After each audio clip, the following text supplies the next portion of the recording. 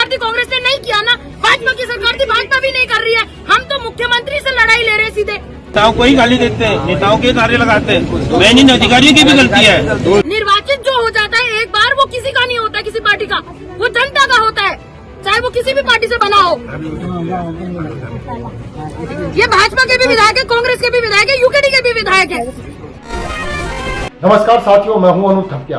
साथियों, चौकुटिया का ऑपरेशन स्वास्थ्य अब सियासी दलों के लिए संकट का कारण बन गया है।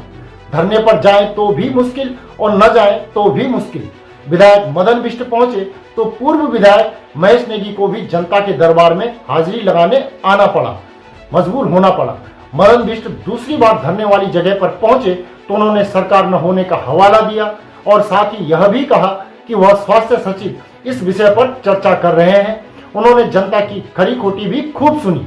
कांग्रेस ने नहीं किया ना, भाजपा की सरकार थी, भाजपा भी नहीं कर रही है। हम तो मुख्यमंत्री से लड़ाई ले रहे हैं सीधे। निर्वाचित जो हो जाता है एक बार, वो किसी का नहीं होता, किसी पार्टी का, वो जनता का होता है, चाहे वो किसी भी पार्टी से बना हो। ये भाजपा के भी विधायक है, कांग्रेस के भी विधायक है, यूकेडी के भी विधायक है।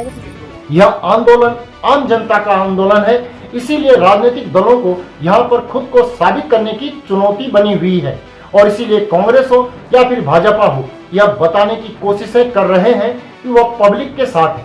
महेश नेगी ने भी कुछ ऐसा ही किया और मीडिएटर बनने का सुझाव देते रहे। तो कहीं ना कहीं आंदोलनकारियों में और शासन प्रशासन में एक दूरी तो बनना पड़ेगा ना भाई। तुम और हम बनते हैं ना, क्यों चिंता कर रहे हो?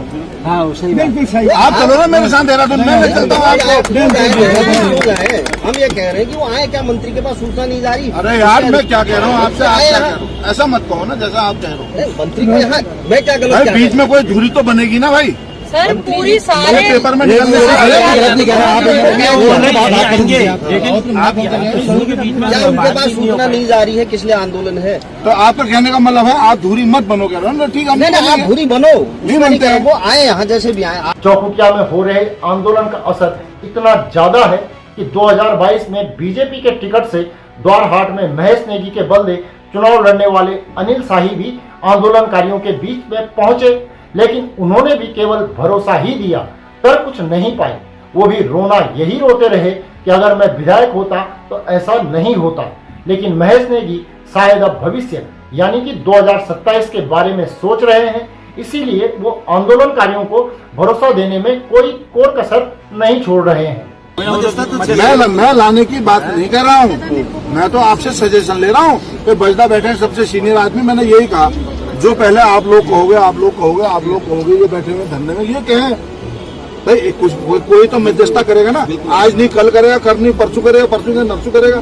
किसी तो इसका जो है कैसे पटासेप करोगे बताओ जरा, कैसे करोगे? मध्यस्थता करने के लिए कैसे होगी बताओ? अभी भुवन कठायत यहाँ पर नहीं है, तब तक भगवत मेहरा जी और बाकी ये जीवन भाई, ये लोग जो समिति बनी है, इन्होंने तो कहा मेरे को, हाँ ये ठीक है सजेशन, ठीक है, वो इसी सजेशन समिति के जो लोग हैं वो करेंगे। महेश नेगी ने एक तरफ आंदोलनकारियों को अपनी पहुंच देहरादून तक होने का हवाला दिया और उन्होंने लोगों को यह समझाने की कोशिश भी की कि वह बातचीत करा सकते हैं। हाँ, स्वास्थ्य मंत्री आ गए तो सचिव भी आ जाएगा। हम नेताओं को ही गाली देते हैं, नेताओं के कार्य लगाते हैं, मैंने अधिकारियों की भी गलती है। ये अधिकारी को आना चाहिए, इसको भी गुस्सा फोड़ना चाहिए इसके सर पे। एक चीज और बताना चाहूँगा। जब मान लिया अगर किसको यहाँ बुलाएंगे तो अगर पूरी जनता के सामने फैसला करोगे तो फैसला नहीं हो पाएगा।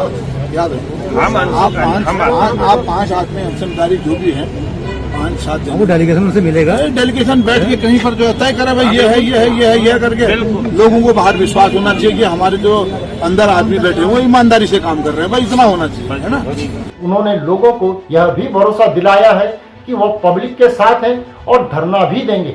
मतलब साफ है कि 2027 का जबरदस्त दबाव है, लेकिन जनता जिस तरीके से आक्रोशित है, आंदोलित है, उससे भाजपा और कांग्रेस यह तो समझ ही रहे हैं कि अगर यहाँ पर साथ नहीं दिया तो फिर भविष्य में इसी जनता से वोट मांगने का अधिकार भी वो लोग खो सकते हैं।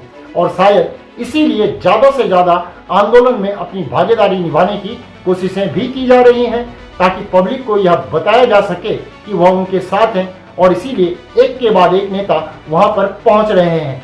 मगर जिस तरीके से ये आंदोलन चल रहा है उससे इतना तो साफ है कि डबल इंजन की सरकार के लिए चुनौतियां बढ़ी हैं और आने वाले दिनों में अगर सही फैसला नहीं लिया गया तो उसका अंजाम भी भुगतना पड़ सकता है। साथियों, इस वीडियो को लाइक कीजिएगा, ज्यादा से ज्यादा लोगों तक शेयर कीजिएगा और हमारे चैनल को सब्सक्राइब जरूर कर लीजिएगा। अभी के लिए इतना ही। अगली वीडियो में शीघ्र ही मुलाकात होगी। तब तक के लिए नमस्कार।